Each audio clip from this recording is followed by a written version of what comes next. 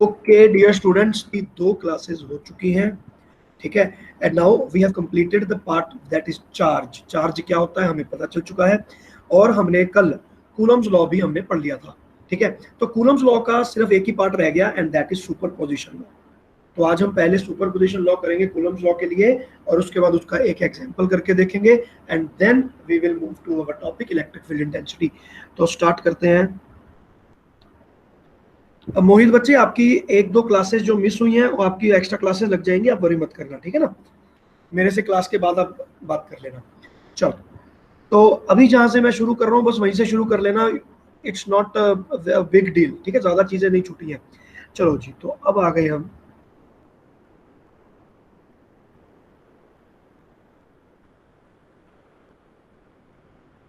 Okay, so now we know that जो Coulomb's law की force है उसका मैंने जो फॉर्मूला बनाया, वो formula by Coulomb's law is given by this 1/4πε0 q by r square. This is the formula for the Coulomb force, and we know that it is a vector quantity. तो अच्छा होगा कि अगर मैं वेक्टर का एक यूनिट वेक्टर साथ में लगा दूं, वेक्टर फॉर्म में अगर मैं इसी चीज को लिखूं तो I will write it like this 4πε0 q cube by, यहाँ पर r क्यूब हो जाएगा, और r क्यूब हो जाएगा तो यहाँ पर मैं r वेक्टर लिख सकता हूँ, position vector of one charge with respect to the other charge. अब मैं यहाँ पर ओरिजिन को चार्ज के ऊपर ही मान के चल रहा हूँ। कल वाला फार्मूला डिफरेंट था, आज वाला थोड़ा सा डिफरेंट है। तो ये हो गई मेरे पास फोर्स। तो अगर मेरे पास फोर्स वेक्टर है, so how we will find the total force that is acting on one particular body. So let us assume कि मेरे पास बहुत सारे चार्जेस हैं, ठीक है, and there is one charge here, and so we want to find the total force of this। तो मेरे पास क्या होगा, सबकी फोर्स मैं यहां पर ड्रॉ करूंगा सबसे पहले, ठीक है जी, कि मुझे किस प्रकार की यहाँ पर फोर्सेस लग रही हैं, like this। So these are all the forces that are being applied on it। So I will call it F1 vector, F2 vector,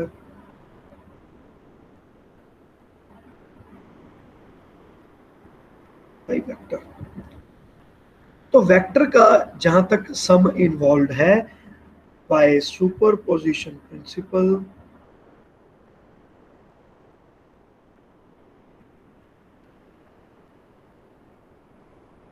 we will follow the vector addition principle, और मेरे पास total force बन जाएगी F1 plus F2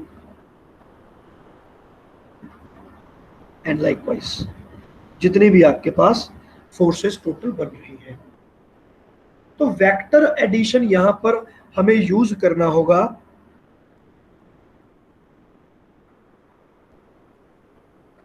और vector addition जब मैंने लिखा तो I believe कि आपको ये चीज पता होगी कौन सी। सबसे पहले triangle law, number 2 parallelogram law, and number 3 is our polygon law, that is graphical law। ये सारे के सारे ग्राफ वाले हैं, और इसके बाद जो आपको एक एनालिटिकल मेथड का जो फॉर्मूला है वो भी आपको पता होना चाहिए, ठीक है, which is like R square is equal to A square plus B square plus 2ab cos theta. तो अगर ये सारी चीजें हमें पता है तो we can apply all these methods on this, and we can find that what is the force that is being applied on it, ठीक है। और रिवीजन सेक के लिए मैं थोड़ा सा आपको करवा देता हूँ फॉर्मूले, a square plus B square cos theta का half, where A is the magnitude of force F1, B is the magnitude, let us say, force F2, and theta is the angle between F1 and F2। Basically The underlining statement is force is a vector and we have to use vector principles to add it. तो ये superposition principle. मोहित बेटा समझ में आ रहा है? ठीक है, हाँ जी। देखो ये जो फॉर्मूला है ये आपका पिछले वाले लेक्चर से आया है। सिर्फ इतना एक फॉर्मूला आज के लिए अभी के लिए याद कर लो और आफ्टर द क्लास में आपको ये सारी चीजें बता दूंगा। ये हमारे पास एक लोकली फोर्स का जो वेक्टर है, यहां से हमने फोर्स फाइंड कर ली। तो फोर्स हम सब जानते हैं कि force is a vector quantity, उनको ऐड करने के लिए हमें वेक्टर्स की तरह ऐड करना होगा। तो ये हमारे पास वेक्टर्स के मेथड है। तो now we are going to take one example.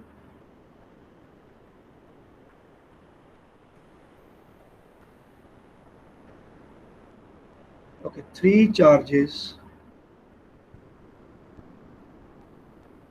are placed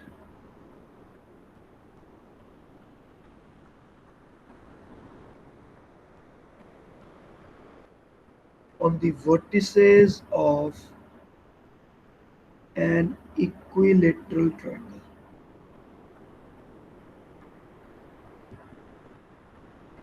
ठीक है, find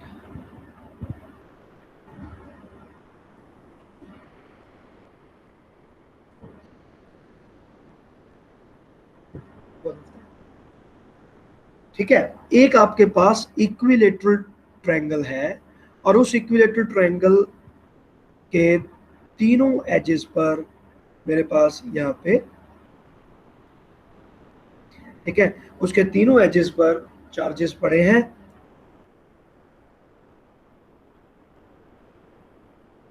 and it is given all the charges are equal, okay, q q and q, and let us say side की length भी given है a a a, and now you are supposed to find the force on any one charge. तो let us say हम जो बिल्कुल ये top पर charge है इस पर हम फोर्स फाइंड करना चाहते हैं कि भाई इस पर टोटल फोर्स कितनी लग रही है।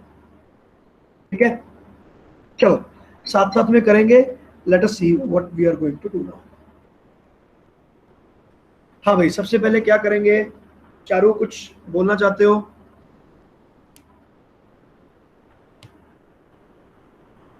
Sir force on off one, मतलब फोर्स ऑन। बिल्कुल, 1 2 एंड 3। तो सबसे पहले मैं coulomb force find, magnitude find करता हूँ। Force on 1 because of 2, so magnitude क्या आएगा? 4 pi epsilon not q into Q Q square, ये आएगी। ठीक है, और f13 okay, I will write it as k q square by a square. First of all, the magnitude of both of the forces is coming typically same. अब मैं क्या करूंगा, इनकी डायरेक्शन बनाऊंगा, उसके बीच में एंगल फाइंड करेंगे और फिर हम हमारा रिजल्टेंट वाला फॉर्मूला लगा देंगे इनके ऊपर। तो अब कैसे करेंगे देखते हैं।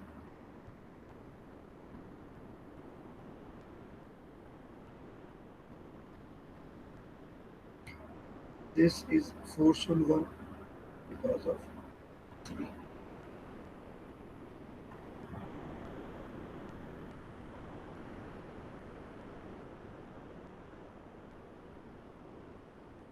Okay, and what will be this angle?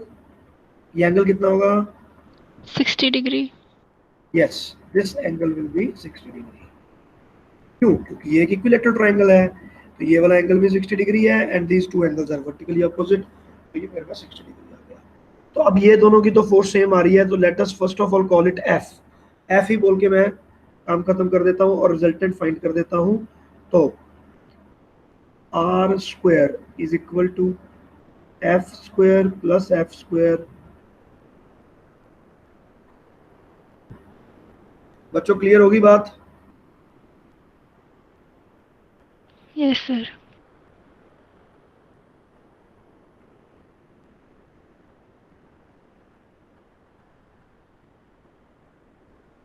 F square, so R is equal to F। तो ये बन गया आपके पास रिजल्टेंट, आपके सामने है। ठीक है, करने के बहुत सारे तरीके हैं, उसमें कोई दो राय नहीं है। जैसे मैंने यहाँ पर तो मैंने तो वेक्टर सम लगा दिया। अगर कोई बच्चा कहे कि सर मैं इसके कंपोनेंट डिवाइड कर देता हूँ, f13 cos 30 और f12 cos 30 करके करना चाहता हूँ, तो you can do like that also. समझ में आया मैं क्या कह रहा हूँ? कि अगर मैं इस फोर्स के ऐसे करके कंपोनेंट काट के बनाने की कोशिश करूं और मैं फिर बोलूं कि ये वाला कंपोनेंट दोनों के दोनों कैंसिल हो जाएंगे, ये वाले कंपोनेंट, और ये वाला कंपोनेंट आपका डबल हो जाएगा, ट्वाइस हो जाएगा। सो आप कोई भी मेथड को यूज कर सकते हैं, डजंट मैटर। चलो जी, तो आई बिलीव के विद दिस आपका सुपरपोजिशन प्रिंसिपल का सारा कॉन्सेप्ट क्लियर हो गया होगा कि हम कहना क्या चाहते हैं। ठीक है, चलो जी नेक्स्ट चलते हैं। So now we are moving to our next very important topic, and that is electric field intensity.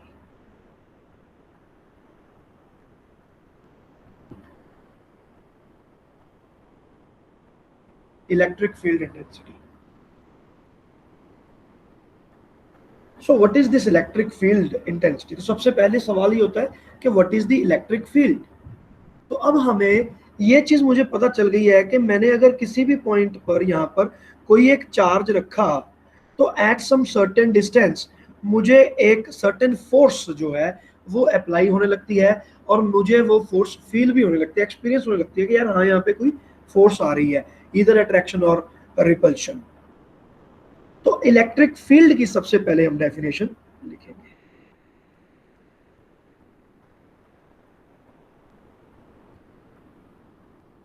The space around a charge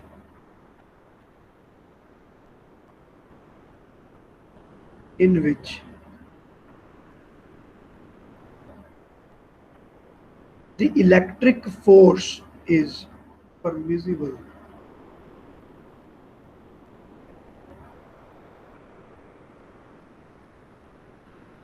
is known as electric field. बच्चों अब थोड़ा सा डिस्कशन करते हैं, ध्यान से देखो। आज तक, अभी तक जब ये सारी चीजें डेवलप हो रही थी, तब तक तो सिर्फ न्यूटन की ही थ्योरी हमारे पास काम करती थी। तो न्यूटन की थ्योरी ये कहती थी कि भाई अगर मेरे पास एक यहाँ पर कोई यहाँ पे कोई बंदा खड़ा है, ठीक है, और मैंने क्या किया, इसको रस्सी से बांध के रखा हुआ है यहाँ पे, और दूसरे बंदे ने, इस बंदे ने इसको इधर को खींचा। अगर मैं वो रस्सी को खींचूंगा तो this person, late us call this person A, this person A will be experiencing a certain force, कि भाई मुझे तुम रस्सी से खींच रहे हो, मेरे को फोर्स लग रही है। तो न्यूटन की जो फोर्स थी, the perception, the visualization of the force which was given by Newton, F is equal to m into a, वो पर्टिकुलर ऑब्जेक्ट वाइज मैटर करती थी कि भाई ये फोर्स किस पे ऊपर लगाई है। आपने बोला कि सर वो इस फोर्स के ऊपर, मैंने इस बॉडी के ऊपर लगाया है, तो यही वाली फोर्स मूव करेगी। अगर यहाँ पर एक और बंदा खड़ा है तो nothing will happen to that person, nothing will happen to that person. लेकिन this was happening for the first time after gravitation obviously. So second time कह सकते हो आप कि आपको एक ऐसी फोर्स मिल गई जिसमें ये वाले रिलेशन का कोई भी मतलब नहीं है। अगर मेरे पास ये कैपिटल Q है और यहाँ पर मेरे पास स्मॉल q है and it is experiencing some certain force, तो कल अगर यहाँ पर एक और चार्ज आ जाता है, यहाँ पर एक और चार्ज मैं रख देता हूँ, तो उसका मतलब ये नहीं है कि उसको फोर्स नहीं लगेगी, उसको फोर्स भी लगेगी। इसको भी फोर्स लगने लगेगा, इसको भी फोर्स लगने लगेगा, जबकि इस वाले केस में ऐसा नहीं होता। So that is why it was important for us to define field, gravitation field. अब 11th स्टैंडर्ड में ग्रेविटेशन फील्ड जब हम करते हैं तो स्टूडेंट्स को इतनी डिटेल में कोई बताता नहीं है, क्यों? बच्चा कंफ्यूज हो जाता है इसलिए।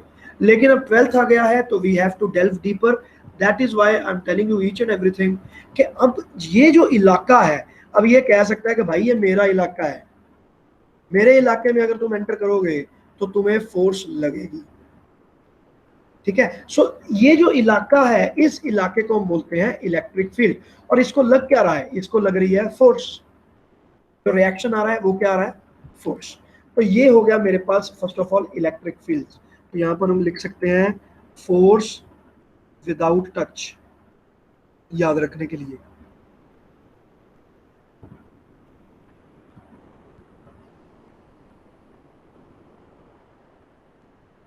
किसी को कुछ टच नहीं किया, किसी ने पुश नहीं किया, पुल नहीं किया, और फिर भी हमने फोर्स अप्लाई की। So this is called electric field. So what is electric field intensity?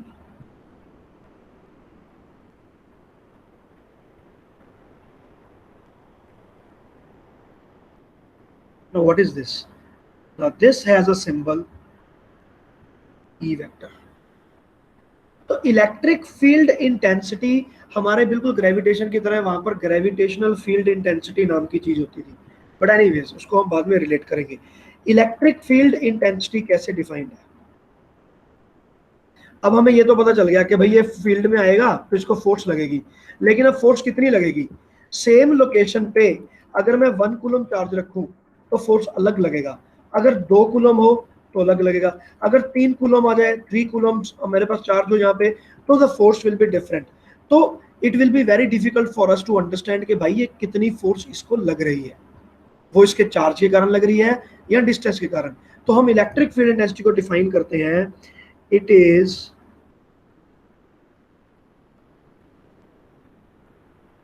the force experienced by यहाँ हम ऐसे नहीं डिफाइन करते, इट को भी ओपन करना पड़ेगा। हम लिखते हैं electric field intensity.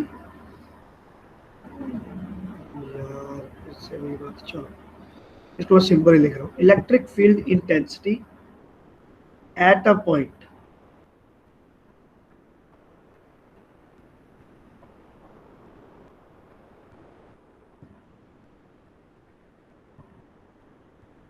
as the force experienced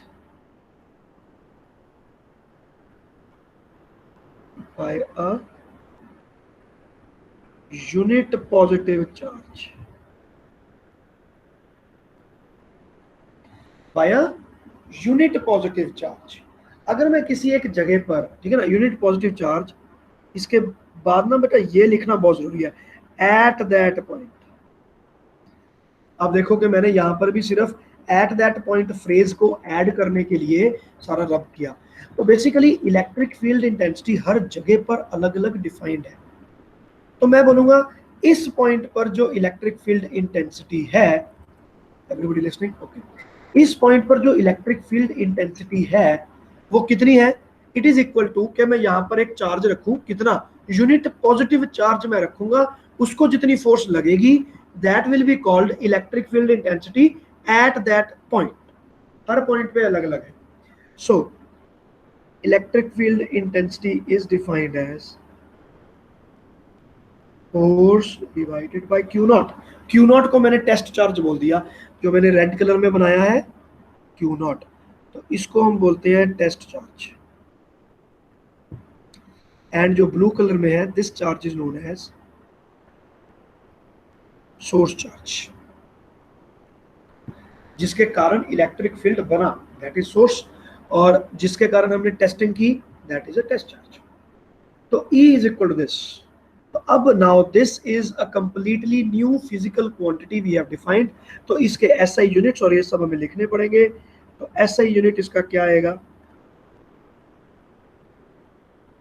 Newton पर कूलम, दिख रहा है, ठीक है। और डायमेंशंस क्या आ जाएंगे इसके? डिराइव कर लेते हैं, m1 L1 T-2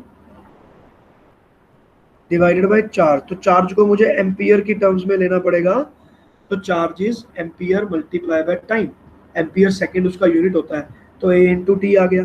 तो मेरे पास टोटल ये बन गया m1 L1 T-3 ampere minus. हाँ भी बच्चा लोग समझ में आया तो यस बोलो। Yes sir. मोहित? हाँ जी सर। ठीक है बच्चे, कितने कते भी कोई प्रॉब्लम हो गई, कहीं पे भी कोई प्रॉब्लम हो, बिल्कुल घबराने की जरूरत नहीं है, पूछ लेना, ठीक है ना। ये मत सोचना कि अभी ये फर्स्ट क्लास है तुम्हारी, ये वो। चलो, तो अब ये मेरे पास बन गई electric field intensity. Now this is also a vector. तो अब तो इलेक्ट्रिक फील्ड इंटेंसिटी का वेक्टर फॉर्म मैं अब आपको बताता हूँ। तो चलो, उसमें तो ज्यादा कुछ लिखने नहीं है, तो ऐसे लिख देते हैं।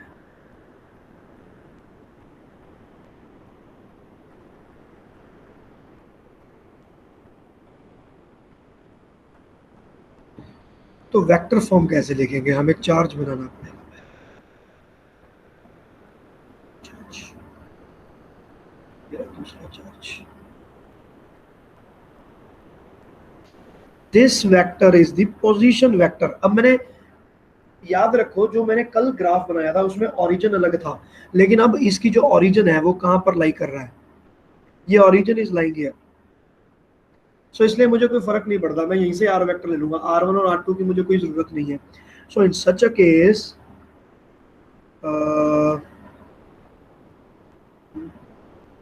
small q या q naught, so electric force will be F by q naught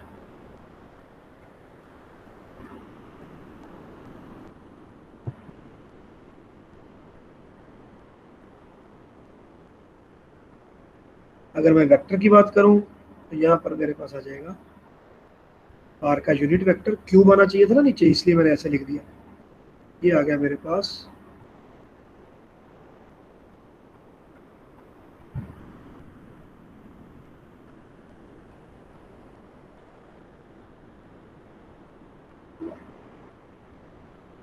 the unit for this is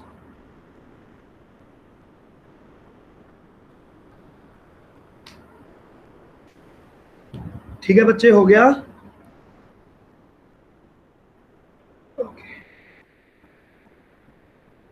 now superposition principle भी मैं आपको यहीं पर ही करवा देता हूँ।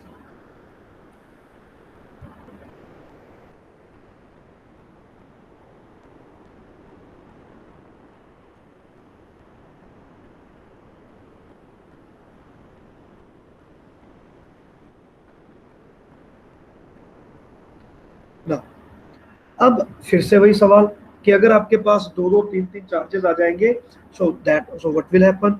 सिंपल है, इसमें मैं डिटेल में नहीं जाऊंगा, सिंपल मैं ऐसी चीज लिख देता हूँ।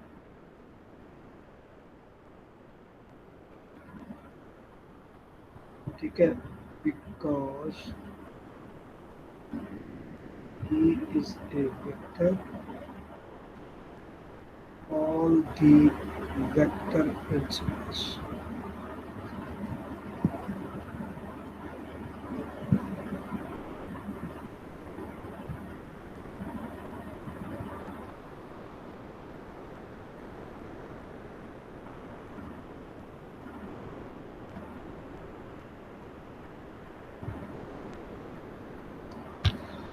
बच्चों ये बात क्लियर हो गई? Yes sir. चलो जी, ठीक है, तो ये हो गया मेरे पास। अच्छा, तो यहां से एक और छोटा सा कंक्लूजन निकलेगा। यस, यहीं पे मैं लिख देता हूं।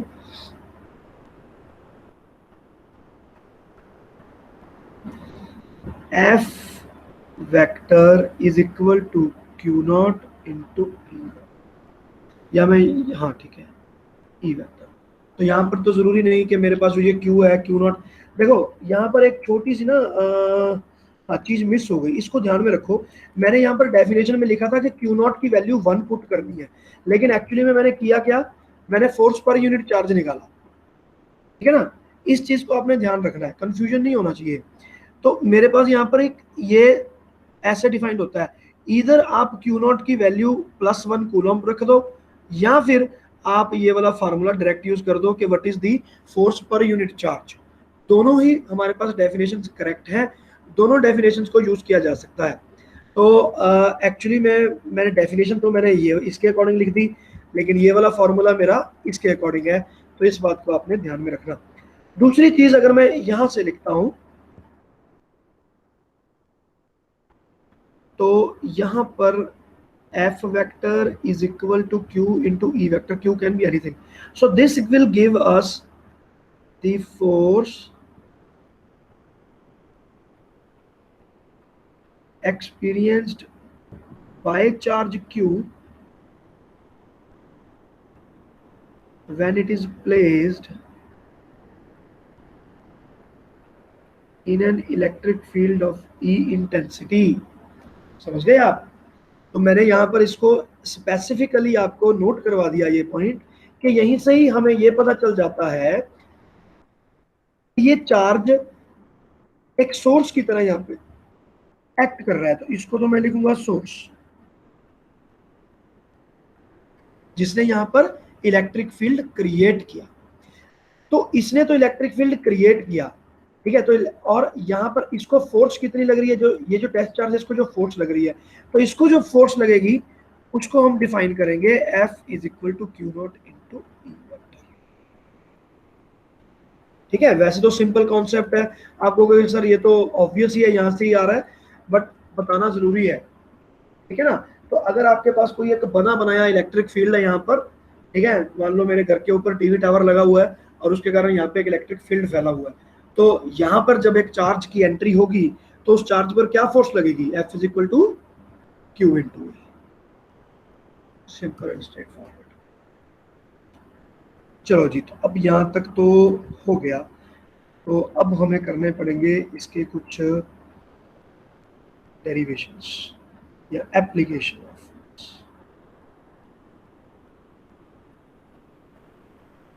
एप्लीकेशंस।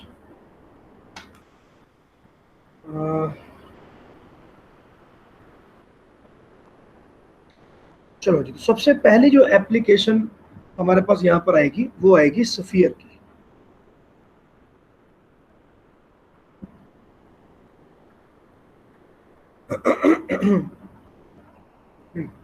स्फीयर नहीं लगा, उसके लिए दूसरा लॉजिक रहेगा। चलो एक रिंग, एक रॉड का कर देते हैं।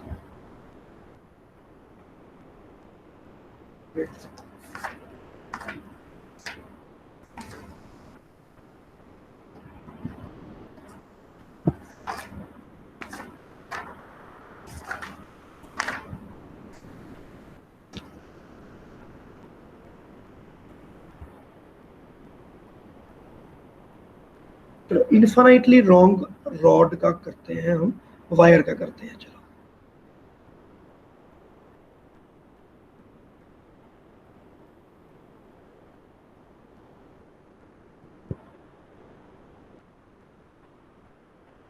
infinitely long charged wire. So now what is given to us, मेरे पास एक वायर है which is very long, okay, और this is completely charged, uniform charge distribution, ठीक है। और मैंने एक सर्टेन पॉइंट पे, इस पॉइंट पे let's say electric field find करना चाहता हूं मैं कि यहाँ पर इलेक्ट्रिक फील्ड क्या आएगा। अब जब मैं इलेक्ट्रिक फील्ड बोलूंगा तो ऑब्वियस है कि मैंने यहाँ पे चार्ज कितना रखा है, +1 कूलम है, तो 1 कूलम मैंने चार्ज वहां पे रखा और मैं देखना चाहता हूँ कि इसको कितनी फोर्स लगेगी। Now it is given that the rod, this wire is infinite from both of the ends, और अब हमें इस पॉइंट पर इलेक्ट्रिक फील्ड इंटेंसिटी फाइंड करनी है total. So how will we do it? तो सबसे पहले तो इलेक्ट्रिक फील्ड इंटेंसिटी का मेरे पास फॉर्मूला रहेगा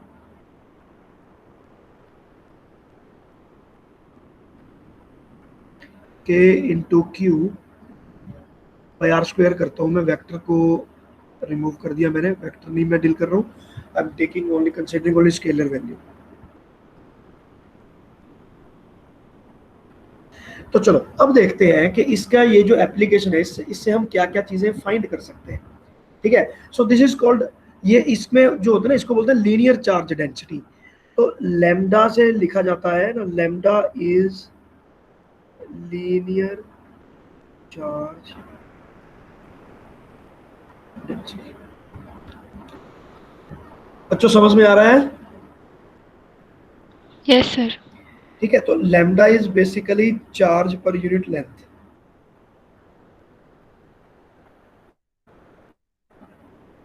ठीक है, एक्चुअली में क्या होता है, जो इलेक्ट्रिक फील्ड का ये जो फॉर्मूला है, ये फार्मूला ज्यादातर सिर्फ और सिर्फ पॉइंट चार्जेस पर ही हम अप्लाई करते हैं।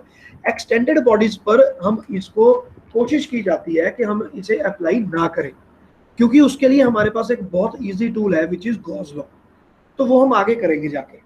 ठीक है, लेकिन मैं अभी आपको ये सिर्फ इसलिए करवा रहा हूं ताकि आपको ये पता चल जाए कि why Gauss law is very important, because this method is very difficult. अब उसमें क्या डिफिकल्टी आती है या क्या मेथड में प्रॉब्लम है, सिर्फ बोलने से तो नहीं पता चलता ना, हमें पता होना चाहिए कि क्या डिफिकल्टी आएगी। So this is it. अब देखते हैं, अब ऐसे केसेस में हमें क्या करना पड़ता है, हमें एक छोटा सा कोई यहाँ पर हमें पार्ट मानना पड़ेगा, डीएल पार्ट। लेट से मैंने ये छोटा सा पार्ट मान लिया and this is DL, DL. ठीक है, इसकी लेंथ हमारे पास डीएल है।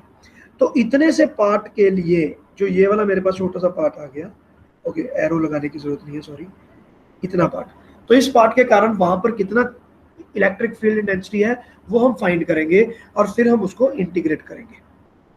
That is the method. Okay, चलो जी, तो अब this is, late us call this distance x, तो ये वाला डिस्टेंस मेरे पास l हो जाएगा। ठीक है, तो इस डिस्टेंस को r बोल देते हैं, and let us say that this distance is a। Okay, अब मेरे पास, अब मैं देखना चाहता हूं कि मेरे पास यहाँ पर इलेक्ट्रिक फील्ड क्या आया।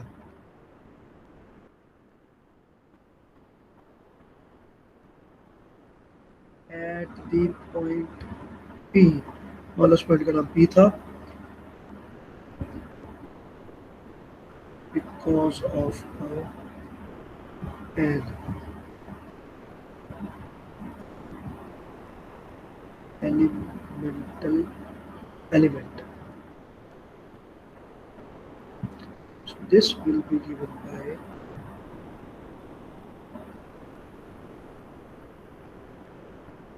k into dq by r square. No problem here. अब देखते हैं, अब dq जो है वो मुझे गिवन तो है नहीं, तो dq को फाइंड करना पड़ेगा। मुझे तो लैम्डा गिवन है, lambda is charge per unit length. तो मैं पूछता हूँ इसके ऊपर चार्ज निकालने के लिए इसकी लेंथ क्या है, आप लोगों इसकी लेंथ है dl, तो यहाँ पर मेरे पास चार्ज क्या आ गया, dq, dl इंटू लैम्डा। बिल्कुल बेटा, lambda dl divided by r square. ठीक है, ये आ गया मेरे पास इलेक्ट्रिक फील्ड de। अब यहाँ पे मुझे देखना होगा कि जो मेरे पास इलेक्ट्रिक फील्ड है इसकी डायरेक्शन क्या है। देखो, तो इस इलेक्ट्रिक फील्ड की डायरेक्शन आएगी यहाँ ऐसे, तो ये आया मेरे पास DE वेक्टर। लेकिन अब यहाँ पर मुझे प्रॉब्लम आ रही है, वेक्टर्स जो होता है बेटा उनका कभी भी इंटीग्रेशन नहीं होता, उनका ऐसे इंटीग्रेट नहीं किया जाता, क्योंकि वेक्टर का क्या बनता है, आई जे के तीनों के तीनों वैल्यूज अलग अलग मिलती है, तो तीनों की अलग अलग मिलेंगी तो तीनों की अलग अलग करेंगे। एक्स एक्सिस पे सिर्फ आई कैप के कंपोनेंट का इंटीग्रेशन अलग से करो, वाई का अलग से करो, जेड का अलग से करो, बाद में एक वेक्टर बना लो। That is the principle. तो उस चीज को पाने के लिए हमें क्या करना होगा, we have to find the component for this. तो let us call this as theta, ये वाला मेरे पास आ गया थीटा। तो ये यहाँ पर जो छोटा सा कंपोनेंट आ जाएगा, this will be called DE cos theta, और जो वर्टिकल कंपोनेंट होगा that will B DE sin theta. हाँ भाई, everybody correct? Yes sir. DE sin theta and DE cos theta. तो अब मैं DE sin थीटा को नहीं लूंगा, मैं DE cos थीटा को कंपेयर करूंगा। वाई? क्योंकि अगर मैं बिल्कुल ऐसा ही एक एलिमेंट यहां पर ले लेता हूं इस साइड पे, तो वो यहां से नीचे की तरफ जब जाएगा तो मेरे पास यहाँ पर डी कॉस थीटा कॉम्पोनेंट बनेगा और एक कॉम्पोनेंट बनेगा डी साइन थीटा। तो डी साइन थीटा और डी साइन थीटा ये दोनों के दोनों हो जाएंगे कैंसिल, ठीक है। So that is why we will not consider d sine theta, but we will consider only and only d cos theta. बच्चे ये बात क्लियर है? क्या ड्रॉ करके दिखाऊं? यस सर, समझ आ गया। आ गया ना? चलो भाई, इस तरह से हमारे पास हो गया, ठीक है। और यहां से मेरे पास एक फोर्स बन गई ऐसी, तो ये डी बन जाएगा, तो इसका भी अब कंपोनेंट बन जाएंगे, एक ये बन जाएगा। तो ये दोनों के दोनों कंपोनेंट आपस में हो गए कैंसिल। तो मेरे पास सिर्फ ये बच गया, एंड दैट इवन ये हो गया ट्वाइस। तो ये हो गया, मैं मल्टीप्लाई बाय 2 लिख दिया क्योंकि मेरे पास दोनों तरफ से बन रहा है, ट्वाइस बन गया। तो मुझे अब यहाँ से पहले तो कॉस थीटा का कंपोनेंट लेना पड़ेगा। तो let me call it D dash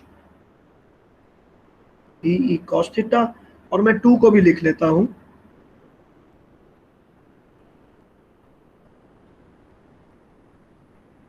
into cos theta. Cos theta को मैं ये वाले ट्रायंगल से उठा लूंगा, ये वाले ट्रायंगल से मैं कॉस थीटा लूंगा तो क्या आएगा, ए बाई आर, ठीक है ना, ए बाई आर। तो ये यहां पर आ जाएगा,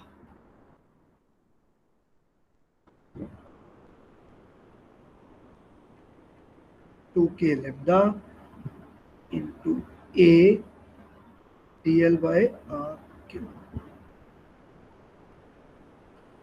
now why I am calling it dE dash, क्योंकि ये जो डीई है और ये जो डीई डैश है ये दोनों के दोनों डिफरेंट है, इस बात को आपने ध्यान देना है। डीई तो एक नॉर्मल चीज था, या वाला डीई, तो ये जो dE cos theta multiply by 2 है, इसको मैंने एक नया नाम दे दिया, and I have called it dE dash, ठीक है। तो ये मेरे पास आ गया dE dash. So now I will integrate it. 2 से मैं पहले से ही मल्टीप्लाई कर चुका हूं, तो मुझे यहां से 0 से लेकर इन्फिनिटी तक इंटीग्रेट करना होगा। सो नाउ ऑन इंटीग्रेटिंग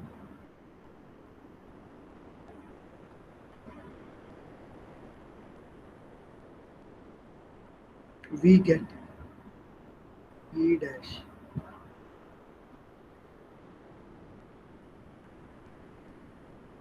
और इसकी जब मैं इंटीग्रेशन करूंगा तो ये मुझे करना है 0 से इन्फिनिटी, ठीक है। माइनस इन्फिनिटी से दूसरी इन्फिनिटी तक नहीं जाना है मुझे, 0 से इन्फिनिटी तक जाना है, ठीक है बच्चों, हो गया। ओह, मैं खुद कंफ्यूज हो जा रहा हूँ थोड़ा सा, वेट ए मिनट, ठीक है। अब यहाँ पे डीएल आ गया, एल को और डी थीटा लिख देते हैं, और सर कट गया,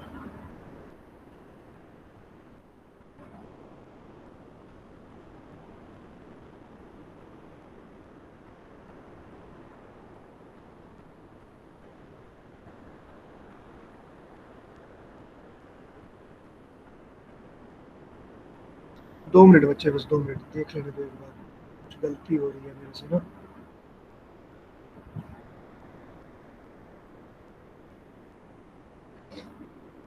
ओके चलो ट्राई करते हैं। अब देखो, अब इसको सिर्फ सॉल्व करना है इंटीग्रेशन को, तो अब ये तो मैथमेटिक्स रह गई, तो देखते हैं अब यहाँ पर हम क्या करेंगे।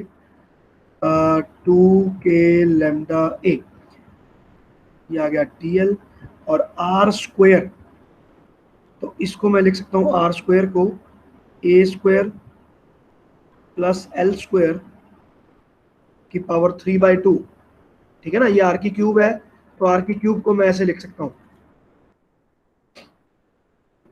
ये आ गया इंटीग्रल।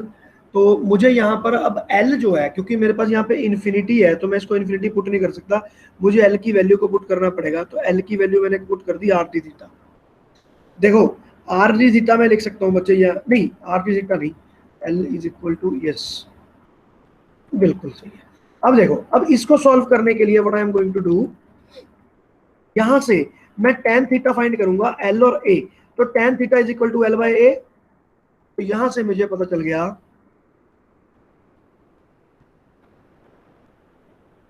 तो L is equal to A tan theta. अब मैं इसका डिफरेंशिएशन करूंगा, DL will be equal to A secant square theta into D theta. Yes, अब जैसे ही आना चाहिए। यहां तक बात क्लियर होगी बेटा? देखो कोई प्रॉब्लम तो नहीं है? अब मैंने DL फाइंड कर लिया, इस वैल्यू को मैं DL की जगह पे यहां पर सब्स्टिट्यूट करूं, और थीटा भी देखना पड़ेगा। थीटा 0 टू इन्फिनिटी आपके पास जा रहा है, तो आपके पास थीटा की वैल्यू क्या आएगी? 0 to 90 degree, 2k lambda a।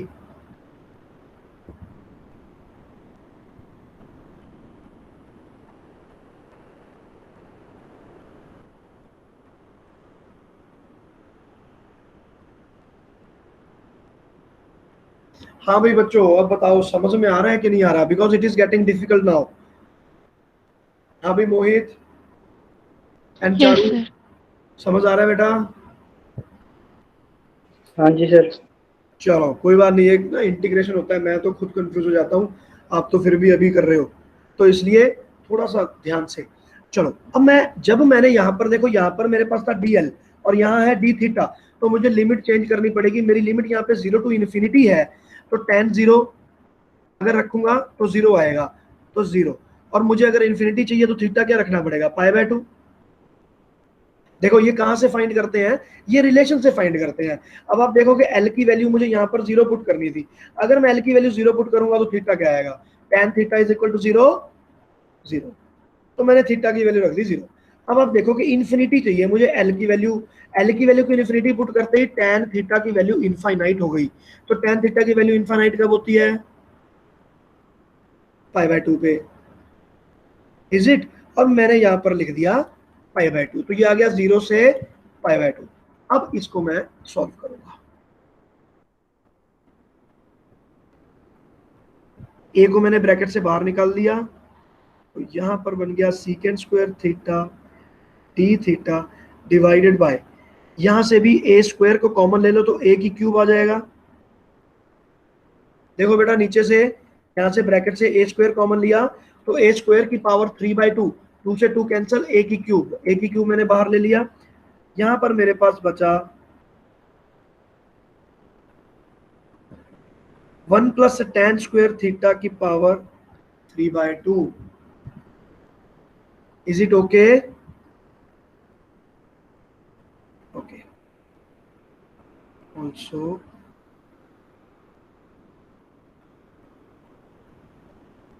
ये एक आइडेंटिटी होती है, इसको मैंने यहाँ पे पुट किया तो सीकेंड की क्यूब आ जाएगी। यहाँ पे ए और ए कैंसिल हो गए, एक ही ए बच गया।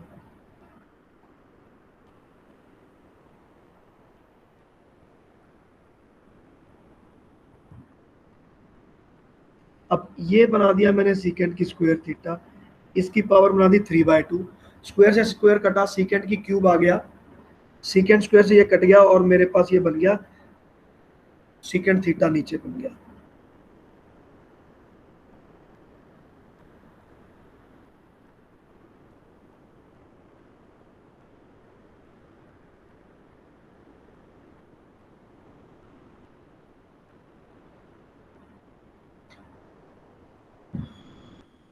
हाँ भाई बच्चों, हो गया? Yes sir.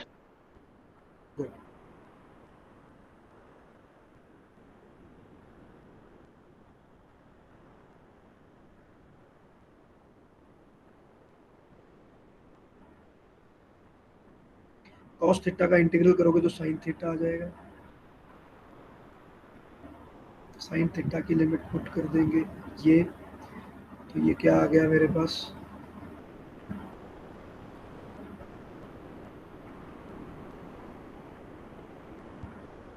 तो 1 आ गया। So E dash is equal to 2k lambda by A.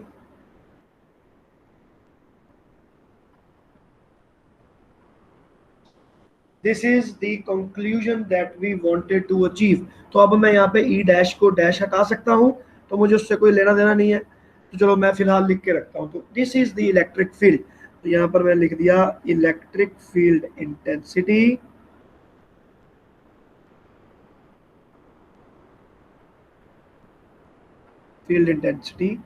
Because of infinite wire.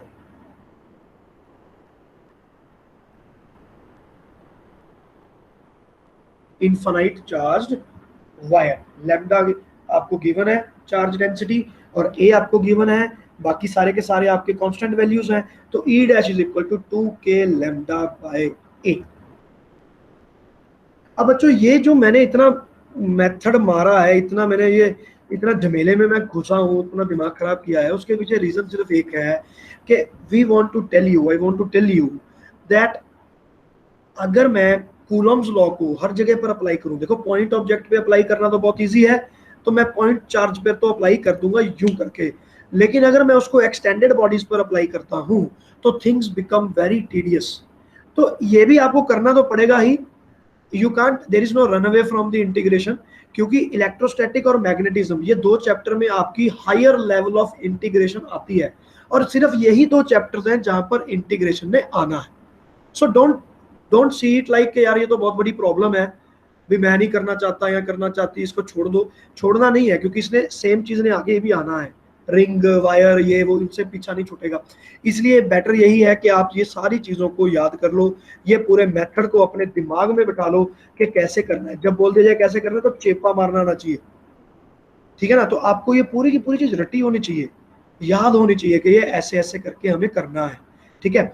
तो इसमें से मेरे पास एक ऐसा कंक्लूजन निकला which is very very small, ठीक है। आगे करने वाली जो चीजें हैं उनमें भी हम करके देखेंगे, मैं आपको करके दिखाऊंगा कैसे एक्सटेंडेड बॉडीज पर इसको अप्लाई करना है। And then once we complete our Gauss law we will complete all the things again and I will show you how easy it has become for you to find the electric field intensity. अब बताओ बेटा clear हुई बात के नहीं हुई, ठीक है ना। मुझे नहीं लगता कि आपको कोई डाउट होगा इसमें, डन है? Yes sir. चलो अब टाइम कितना हो गया ये देख लें, 4:42। तो ठीक है बच्चे, आज हम यहीं पे रुकते हैं, मैं थोड़ा थक गया हूँ, और इलेक्ट्रिक फील्ड इंटेंसिटी के ही कुछ एक दो एग्जांपल्स हम और लेंगे, इसी तरह के कुछ टीडीएस, वो मैं आपको कल करवाऊंगा क्लास में, और उसके बाद फिर हम आगे बढ़ जाएंगे, ठीक है। अच्छा, इसमें मैं आपको एक चीज, थोड़ा सा 5-10 मिनट तो है ही ना, चलो अब मैं यहाँ पर ये चीज बता देता हूँ कि अदरवाइज जो आपके पास इलेक्ट्रिक फील्ड इंटेंसिटी है, इलेक्ट्रिक फील्ड है, चलो मारो गोली, उसको वैसे स्टडी करने के लिए 3 तरीके होते हैं, चलो मैं नेक्स्ट टाइम आगे बताऊंगा यार, अभी चलो ठीक है बेटा। डीपीपी कब तक देनी है? अब बच्चे डीपीपी जो है आपकी वो अपलोड हो चुकी है, उसमें मैं डेट के साथ अपलोड करता हूँ, तो जब आप उसको ऐप को ओपन करके देखोगे आपको पता चलेगा कि उसमें लिखा है कि बाय मंडे आपको कंप्लीट करना है। तो चार्ज और कूलम्स लॉ तो आपका कंप्लीट हो ही गया, इलेक्ट्रिक फील्ड इंटेंसिटी की डीपीपी अभी नहीं डाली मैंने, ठीक है। सो वो वाली डीपीपी आप करनी स्टार्ट कर दो, बाय मंडे आपको वो सबमिट करना है, मंडे से पहले सबमिट करना है, ठीक है। सबमिट करना कुछ नहीं होता, सिर्फ वहां पे बटन आएगा सबमिट, आपने सबमिट कर देना, नॉट टू सबमिट एनीथिंग। जो डाउट्स आएंगे वो आपने सिर्फ नोट कर लेने हैं, ज्यादा से ज्यादा आप उससे वो जो डाउट्स आएंगे ना उनको कमेंट सेक्शन में डाल के कमेंट डाल देना कि सर ये मेरे डाउट्स आए, ठीक है। ये भी मैं इसलिए करता हूं क्योंकि बच्चों को याद रहना चाहिए कि आपके डाउट्स क्या हैं। तो जब आपका टेस्ट आएगा आपको डीपीपी रिवाइज करनी होगी, तो you need to revise only those questions which were doubts, बाकी कोई क्वेश्चन आपको रिवाइज करने की रिक्वायरमेंट नहीं है, ठीक है। इजी डॉक्यूमेंट बेटा, 2 मिनट में रिकॉर्डिंग। Okay sir.